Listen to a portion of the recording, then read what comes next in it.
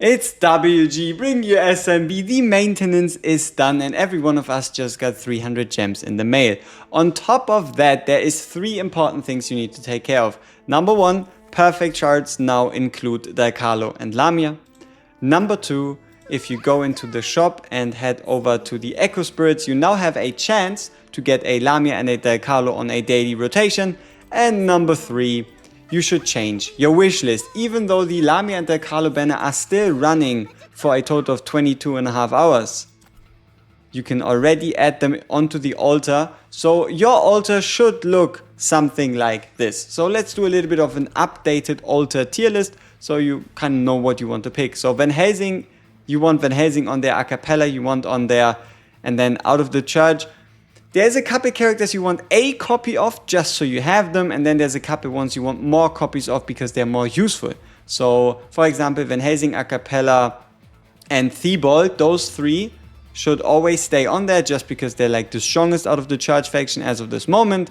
And then units like Dacias and Nicola also find working towards more copies, but you still want a Yggdrasil and an Edina, especially Edina. So at least you're going to be able to have a additional healer if you don't have a Seth for 3 team content, as well as a potential tank for church-based tank content, or even Theophane. If you had to pick between Theophane and Yggdrasil, I would probably have to pick Theophane, because he does have a taunt which can hard stun, so he's not as bad as you might expect, right? Bloodborne though is quite simple. You can just skip out on Spectre Girain, skip out on Mass, and skip out on Kayn. Run this lineup like this and you'll be fine. Augustine, PvP hard counter for anything marksman, so Van Helsing, Cyrene when we can actually get her, and then also Noah. And then you have Dalcarlo, Lamia, obviously. Don't put them on there if you have them fully maxed out. Just makes sense. I just have there for visual purposes. And then also Bella and Octavia. Octavia as like a magic enabler, and Bella as Bella. She's Bella. And then for the kingdom, obviously nothing has changed, but you do want a Starry-Eyed Iona, and you kind of want a Cecia, and you can work towards the Girain.